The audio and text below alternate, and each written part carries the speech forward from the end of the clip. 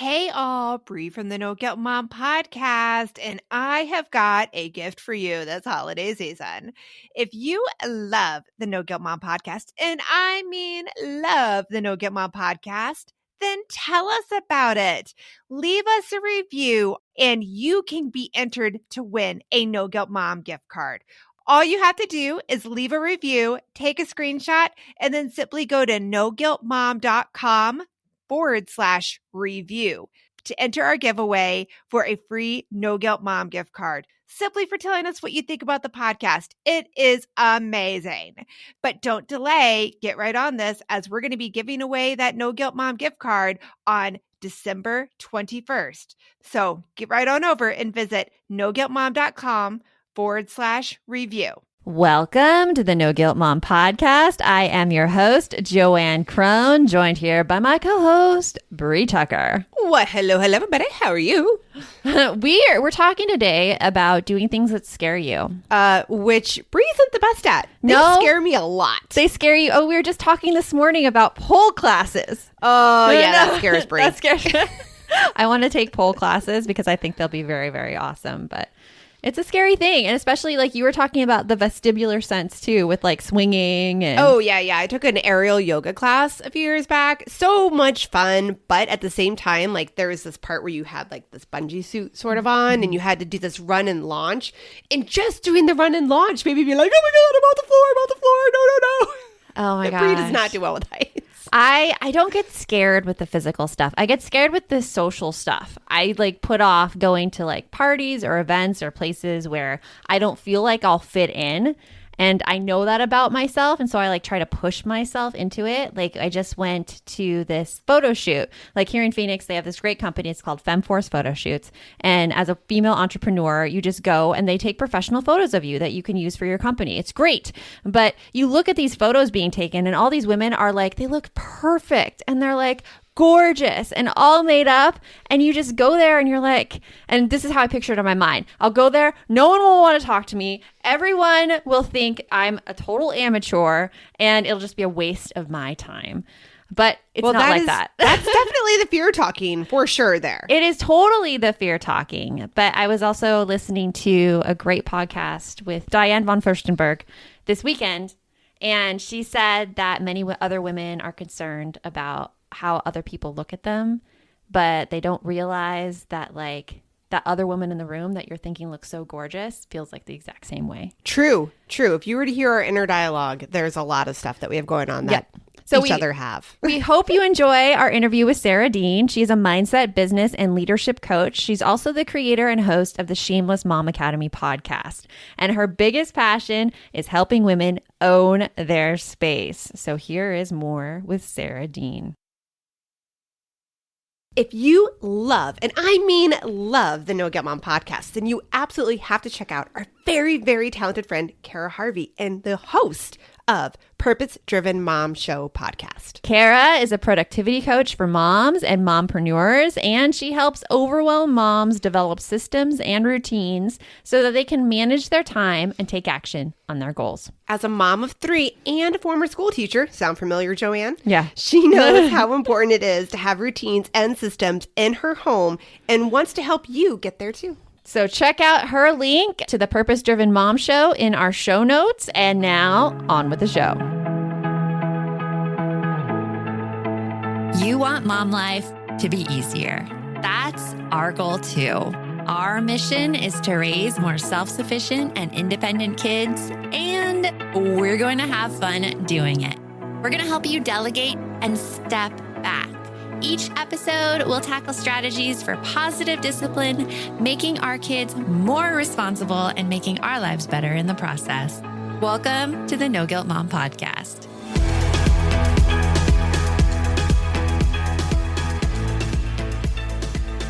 Welcome, Sara, to the No Guilt Mom Podcast. We are so happy to have you here. I'm so excited. Thank you for having me. So for those of our listeners who don't know who you are, can you tell us a little bit about you and your story? Sure. So I am the host of the Shameless Mom Academy podcast because I am a mom. and I started the podcast 5.5 years ago because I had this major identity crisis after becoming a mom. I thought that becoming a mom was going to be like my entire dream realized, and I would become my best self and everything would just fall into place. And it was none of that. It did not make me my best self. And so it took me a few years to like figure out, who am I as a mom and as a person outside of motherhood? And after that 3-year identity crisis, I decided to start my own podcast to support other moms who are going through similar identity crises. And so here we are 5.5 years later, and it's been so fun. I get to work with moms who are looking to figure out their own identity. And then I also work with a lot of moms who are business owners, because I've been an entrepreneur for 18 years. And so I get to help moms build businesses as well, which is really fun. That is awesome. And having that identity crisis as a mom, I feel like that's something that so many of us have had when we had kids. That's what I was going to say. Like, I think it's so crazy that so many of us think that motherhood is going to be the end all be all of everything, and all of our hopes and dreams are going to be realized. And then so many of us are like, okay, yeah, this is not like rainbows and butterflies like I thought. Right. It's not all snuggles. I was like, well, I thought it was all snuggles and naps. And no, not so much. How did you know like that you were in an identity crisis? Like, what were some of the signs that really told you that? Well, it was because of the mismatch of expectations and reality. It took us a few years to get pregnant, which felt awful at the time, but ended up being this huge blessing, because during that time I was able to set up my business to run pretty much all on its own so that I could be home with this baby that I had been waiting for, working for. And so when I ended up home with him finally, and I was home with this infant and not really having to work much to support at the time I owned a gym. And so I wasn't having to do much with that. And I woke up every day like, what am I even doing? Like, if I'm only here to feed this child, which was a whole disaster in and of itself, because nursing was awful for me, but nursing is awful. It is. It's the worst. It was like the worst experience of my life. I absolutely horrible experience with it, but oh my gosh. Yeah. So I've had a similar, so I get that. Yeah, it was. And that really added to like, this is supposed to be magical, this whole newborn experience. And this really sucks. Right. And what am I doing wrong? Because it looks so easy with other people. Like, that's the rough part there. Yeah. Yeah. So that was super disappointing. And I had this realization that like every day I'd wake up feeling like I don't know what we're doing today except for me feeding this child. And that doesn't feel like enough. And I thought I'd be really happy and content at home with a baby, and I just wasn't. And I realized that like for me, work really fills me up. But then I was like, well, am I a bad mom? Because I really want to be working right now. And I'd set up my whole life to not have to work during this season. And so after 4 months, we got a part-time nanny, and I started working part-time again with my business. And that was really hard. But I like immediately knew when I got back into my work, I was like, oh, I need to be working. And over the course of a couple of years, I ended up with my son in like full-time childcare, which I swore I would never do. And I was like, this is the best thing ever. So it was all these things it was just, none of it met my expectations. And it was this constant reframe around what I really wanted and who I was becoming. And it took some time to figure that out. And so I think it was just that mismatch of like what I thought things would be versus what they were, and then trying to figure out what that meant. And that really took some time to synthesize. Oh yeah. You go into motherhood with like all of these expectations. Like I feel like I was along the same path as you, where I expected nursing to be like this easy, natural, quote unquote thing. Right. And like snuggly. And every time my daughter latched, I had so much pain. I was literally like stomping my foot for letdown to happen. And I can like feel I feel that pain right now. Yeah, it's horrible. And like no one knew. Like I went to like lactation specialists, and they're like, everything looks okay. And the whole process sent me into therapy, where I got the best advice ever from my therapist. And she's like, your only job is to feed your child. Like it does not matter how you feed your child, you just feed your child. And that's the day I bought the cabbage leaves and stuffed them in the sports bra. And I'm like, we're done. I think it's really important to have people like that in your life, because the same thing too. Like I had some issues with mine too. And my first pregnancy I had what you would call an eventful pregnancy. It did not work out the way that we expected it to.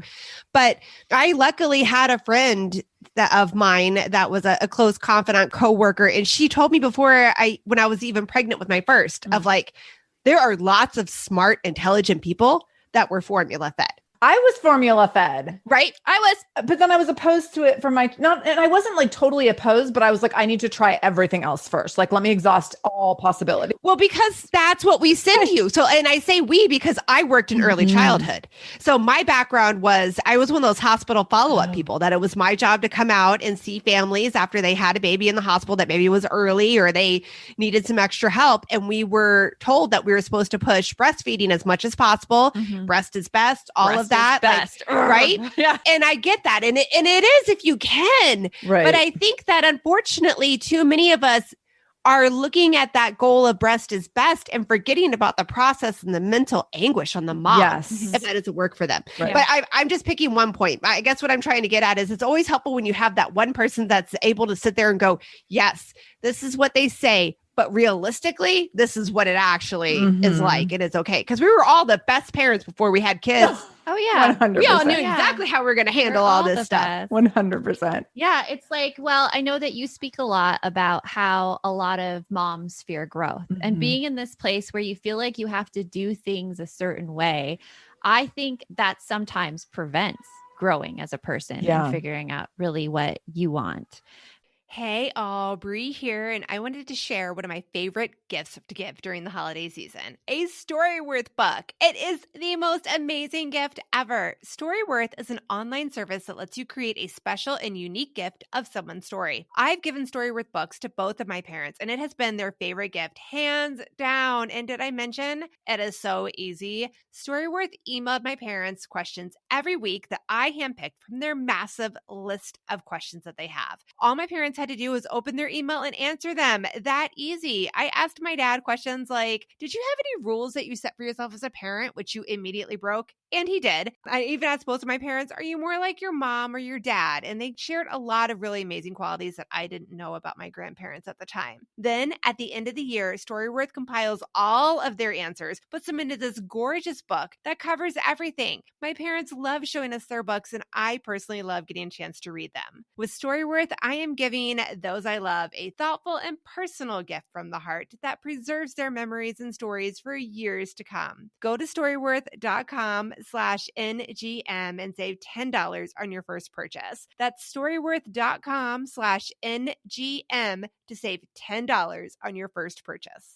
We're hitting that time of year where my brain gets so overloaded in December that I look for anything to make life easier. And I have to say, Brie, that Green Chef is one of those services. Yes, Green Chef is there to take away the dreaded, oh my goodness, what are we going to eat for dinner tonight? You can eat clean all holiday long with over 80 weekly meal options each week, featuring things like quick and easy, protein-packed, calorie-smart, or my personal favorite, the keto options. And you don't have to lose track of healthy eating habits during the holidays because every Green Chef customer gets a free session with one of their registered dietitians who can walk you through how to make clean eating work for you, which is very cool. And I have to say that I have been loving their recipes lately. They put things together I have never thought of. This week, we're trying the lemon basil caper pork with sauteed cauliflower, bell peppers, almonds, and feta cheese, my favorite. Their recipes make it so easy to support my wellness goals without skipping on flavor. For Green Chef's best deal of the year, get $250 off with code NGM250 at greenchef.com/NGM250. That's greenchef.com/NGM250. And don't forget to use that code NGM250 to get $250 off. Green Chef, the #1 meal kit for eating well. So like, what have you seen like really gets moms stuck in a place where they can't get over that hump to get to the next level? Yeah. So I think a lot of things. I mean, we just talked about like this mismatch of expectations versus reality.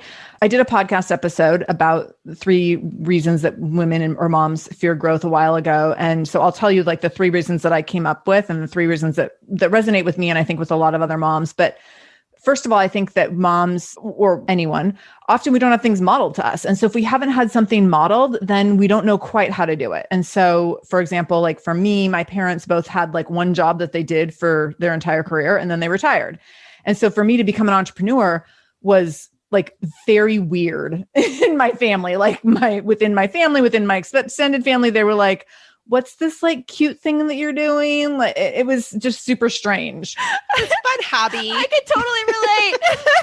Yes. Right. And like, how are you doing that? And how's that going to work out for the next 40 or so years? Like, what's the plan? So that was like the one piece is like things not being modeled. So then you're like, well, if I haven't seen anyone go before me, how do I even do this? So that's number one. Number two is not being connected. And so in motherhood, oh my goodness, that struggle for me when I was in that place of not having of my identity being so not there was the struggle around that was really so much isolation. And not that I didn't have good friends, because I did, but their kids were all like 3 years older. So they were like, oh, just enjoy the snuggles. And I was like, what? Like, we're not snuggling. Like, this sucks. And so being isolated in terms of feeling alone in a certain season or phase, or just feeling alone indefinitely, which I think women struggle with loneliness and isolation and don't talk about it.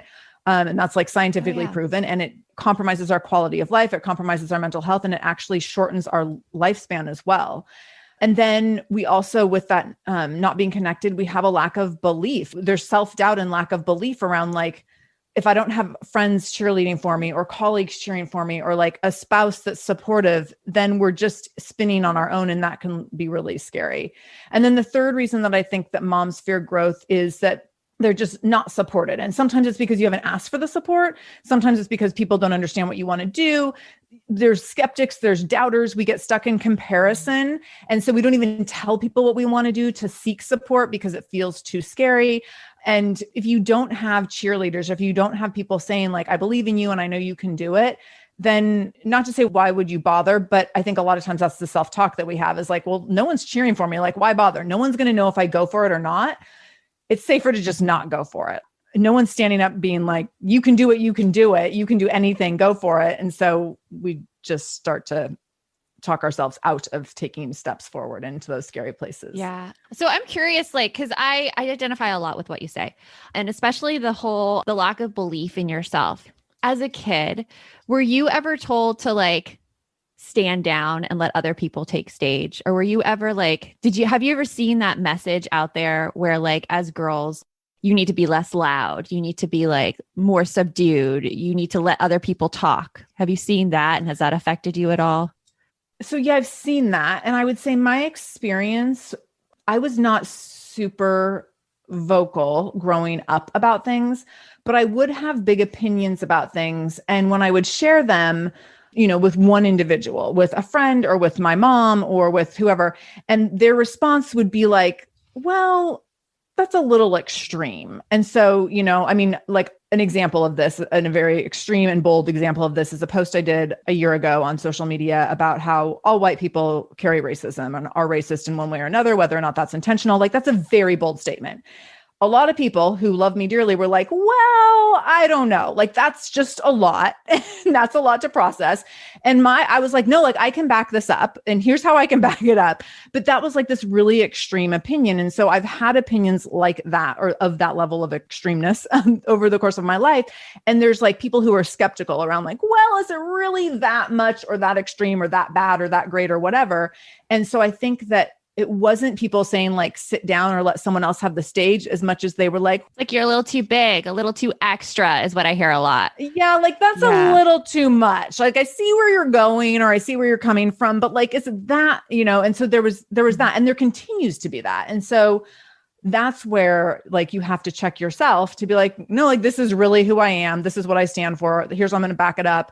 Some people are not going to agree. Some people are going to think it's too much. And so it's kind of coming to terms with that over the course of my lifetime. Yeah. Because also I've seen like women tend to downplay their wins. So it's like, even though you could take this very, very successful like woman, it's usually a woman, and she'll be like, oh, like that's no big deal. That's no big deal. Because I think we really seek connection. And as a society, we've been told that if we're too much or if we're too extra, that like we won't have that connection really with other people. Right. And for those reasons, like I see that tying in with growth too, because then you become afraid of being the one who stands out and you don't go after what you want. Absolutely. Yeah, absolutely. And I think that what I found is, and the benefit of like going all in on who you are, and this is just who I am. Like, I have big thoughts and big beliefs, and I don't keep them super quiet. And the benefit of that is that over time, you do connect with the right people and you attract the right people. And that is magical, but it is risky and you have to be okay with that risk. And to me, it's very much worth it because I would rather be in a place where I can be like fully me, which might be a little extra, than be editing myself. Yeah. That's just, I'm not going to edit. I just can't. See, I love that. So yeah, I was gonna say, I love that because then you're happy. You're you. happy. You're not putting on that Right. mask. Right. Exactly. Because I find you Exactly. super inspiring because I've been following you for a Oh, thank you. while and I've seen a lot of those big statements. And like I have been inspired by you to create like sometimes big statements of myself. One that I made in January on social media that got a lot of backlash. And that It's super uncomfortable. it's super uncomfortable. But how did that feel? I'm curious, like, how did it feel on the back end, even if it was uncomfortable and scary? I felt really powerful. I felt that I Right. was able to see people's true intentions easier. Like nothing was being hidden now. Yeah. However, it pushed a lot of people away and that Yeah. hurt. And I don't think I've made a big statement like that since then because of Yeah. like, I'm such a people pleaser at heart. I just want to make everyone happy, which is Right. such a detriment. But still, like, how do you deal with the backlash? How do you deal with that when you're trying to grow and you get that?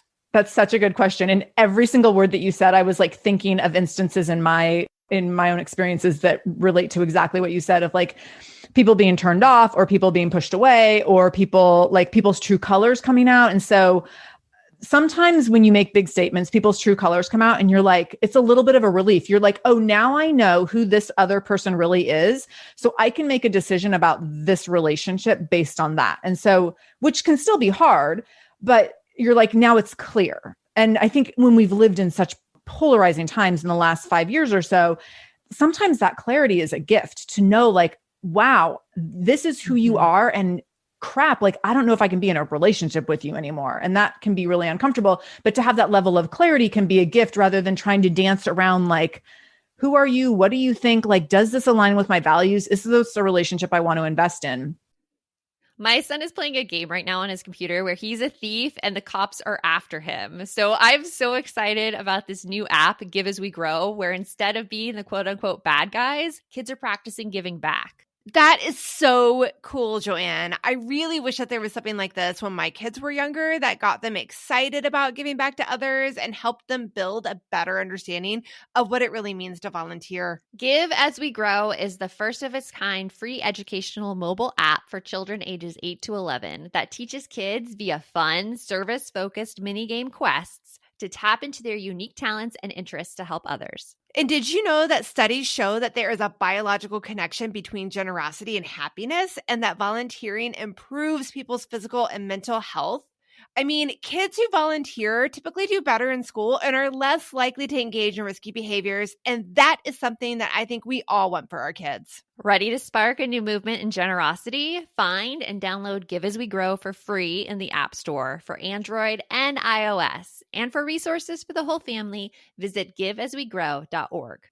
This message is sponsored by Greenlight. It is so hard to raise kids who know how to manage money. Bree, right now, my kids are all about earning money for presents. My daughter wants to get presents for all of her friends, and my son is doing a Secret Santa with his friends. Oh, I hear you. And if you're looking to raise kids that are financially responsible, we have got a lifesaver recommendation for you that you need to check out. It is Greenlight. Greenlight is a debit card and money app made for families that gives kids and teens an easy and fun way to gain financial literacy, all while giving parents peace of mind. You can send instant money transfers, automate allowance, and even keep an eye on kids' spending with real-time notifications. Meanwhile, your kids can begin their journey towards financial autonomy by learning how to save, invest, and spend wisely. So sign up for Greenlight today and get your first month free when you go to greenlight.com/NGM. That's greenlight.com/NGM to try Greenlight for free. Greenlight.com/NGM. I also think that Yeah. there can be times where you want to be conscientious about like, well, I don't want to push everyone away. Like, I don't want to, what is the cost? What are the risks? Are they worth it? And what am I building? And sometimes, you know, if you're looking at, for example, if you're looking like at your family unit and your extended family unit, like you're like, well, I have to sit at Thanksgiving dinner with these people like every Thanksgiving for the rest of my life. It might not be worth it to have this like huge blowout because it's like, whatever, I'm not going to convince Uncle so-and-so from small town Oklahoma to change his mind about whatever. Like, that's just not going to happen. So why bother? But like, for me, I do look at if I'm building community and especially building community of moms, what's become really clear to me is that if I'm going to have a safe community of moms where women can show up and be who they truly are, and they can show up with their families being who they truly are. And so what comes to mind with this is like, I have in my Momentum Mom is my membership community, and we have multiple moms in there who have children who are non-binary.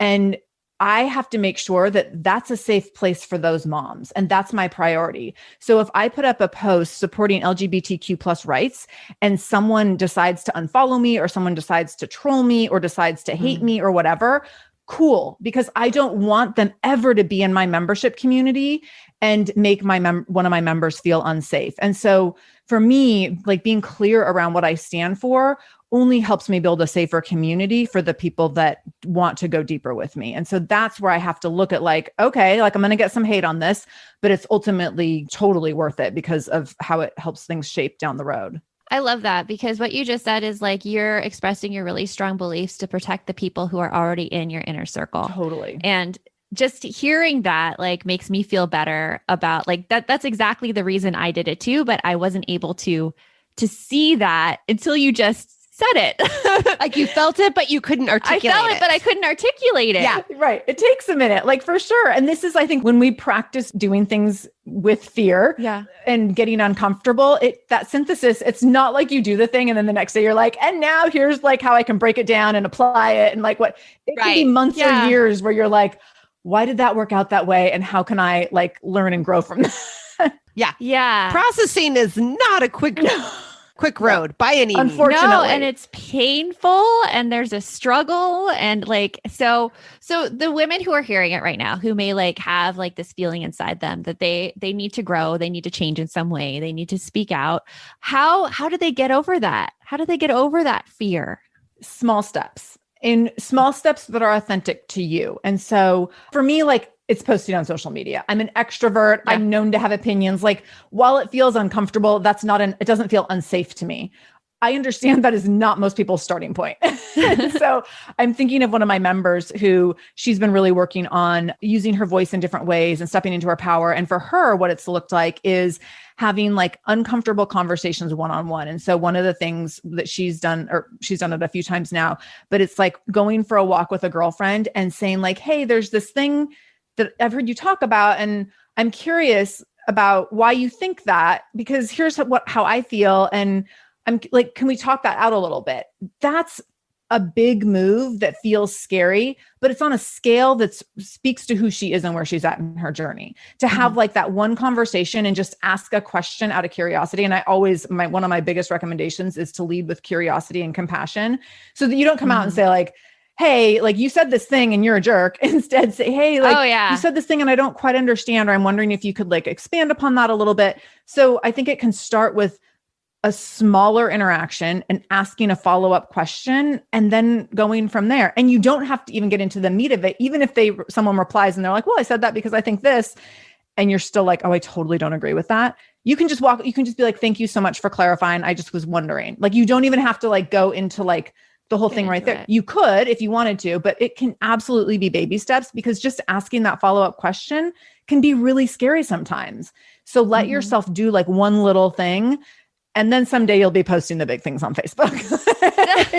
Posting the big things. Yeah. I'm always a little envious of people who post the big things, because I'm like, oh. But it's not, I was just talking yesterday with someone with Tracy Baxley, who's releasing a book in this fall called Social Justice Parenting. Oh. And she was talking, which is, oh my gosh, she's amazing. But she was talking about like what activism looks like. And she's like, parenting is activism. It doesn't need to be like these grand gestures on social media.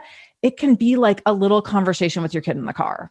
And so like really, you can reel it in. The stuff that we see online can make us feel so inadequate because we're like, oh, but I don't do that. I don't make these grand statements on social media. Well, that might just not be who you are. Or that might not be how you want to use social media. And that's completely fine. And those little conversations that are happening behind the scenes, one-on-one, have just as much impact because there's still huge ripples that can happen from that.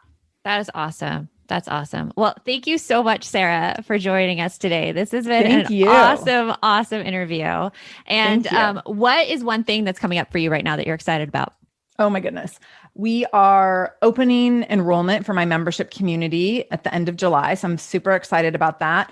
And then my family is going to Cannon Beach in Oregon in a few weeks. And it's like one of my favorite places on earth. And so I'm like dying for that. That sounds amazing. Vacation is the best. Yes, I'm going on vacation tomorrow. So I'm very excited. I just got back, so I'm pretty well rested. I'm done. She's ready to take over for the week. I'm gone. So I'm good. I love it. I love it. I have a wonderful vacation. Well, thank you so much for joining us. We'll talk to you soon. Thank you. So Sarah, one of her things was just using these small steps to get past fear, which is such a good technique I feel I use. Like, do you ever, like, if you don't want to do something, you're like, okay, all I have to do is get up out of the bed and put on my contacts. And that's all I have to do right now. I know that mindset. Yeah. But I am like the queen of self-doubt. So like I do try to motivate myself. I do much better when I have like accountability partners. So I definitely need somebody that I have to tell that I'm working on something to so that I can do it. Or the other thing that motivates me, and Sarah talked about this, like if I know that I'm doing something that my kids know I'm scared of and I can model that to them, then that'll motivate me. That, you know what, that motivates me as well, because I often think about things that like scare my kids and what I see them getting really, really worried about. And I'm like, I have to go and I have to show my kids that this is okay. Like what I was talking about in the intro with the photo shoot thing and just like not looking like you know what you're doing. Like that's a big fear. And that's something that I see my daughter has as well. So I think when I'm getting ready to go to these, I'm like, okay, well, here you go. I'm having my outfits. And I also like vocalize to her and I'm like, you know what? I'm scared that no one's going to like me and everyone's going to think I'm a fake and a phony and calling it in. But everybody has those fears. We do. Like, and it's funny about that too. We talked in the intro about how I tried the aerial yoga. Yeah. And I was like, oh my gosh, this is too much for me. It's killing my vestibular. But yet, like just over fall break last year, we went on a trip up north and went to Flagstaff Extreme, did some zip lining. Yeah. I was terrified. And had my son not been there, who is also afraid of heights, I would have totally copped out and not done it. Yeah. But he was there and he was scared. And I thought that if I went up there, it would help him. And when my legs were shaking, made it all the way up there, was terrified the whole time. Had fun for moments in between. Like, yeah, it's really weird how that works for me. But I had like small moments of fun sandwiched in between terror moments. But I did it. The only thing that drove me to do it, motivated me to do it, was because of him. And that's powerful. Like when you have kids, it's amazing what they can motivate you to do. I know, right? It's like that superpower strength they talk about, that adrenaline, but like it's not for me physical adrenaline, it's mental adrenaline. Yeah, because you're thinking about someone outside yourself. Right. And you're thinking about like you want them to have that skill, that gift, that drive, that ability to hop over the fear or the things that are debilitating to you. Yeah, like all through my 20s and 30s, like my 20s mostly, I couldn't lose weight. And it wasn't until my daughter was 1 where I looked at her and I'm like, I never want her to feel ashamed of her body. I want to be healthy right now. And that's when I got healthy. See? So it's amazing. It's amazing the things that we do for our kids. Yeah, it's amazing. We can do the scary stuff. Yes.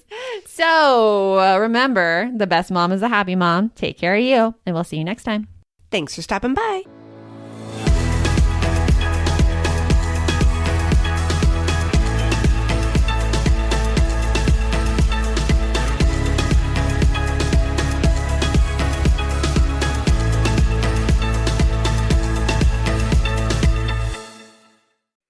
Are you looking for something to listen to with your whole family? Then check out 6 Minutes, produced and created by Gen Z Media. With over 200 twisty, cliffhanger-filled episodes, 6 Minutes tells the story of 11-year-old Holiday, who is pulled from the icy waters with no memory of who she is or where she came from. 3 years ago, Brinley Pasternak helped the Anders family uncover the truth about Holiday's past. Now she'll need them to help her find the truth about hers. In 6 Minutes Out of Time, the long-awaited sequel, Cyrus Anders is found unconscious near the mysterious Elixir Academy in Florida, and Brinley learns the school may have a shocking connection to her missing mother. Dive in now and get the most downloaded family audio adventure in history. Follow 6 Minutes wherever you get your podcasts. You can listen early and ad-free with the GZM family subscription.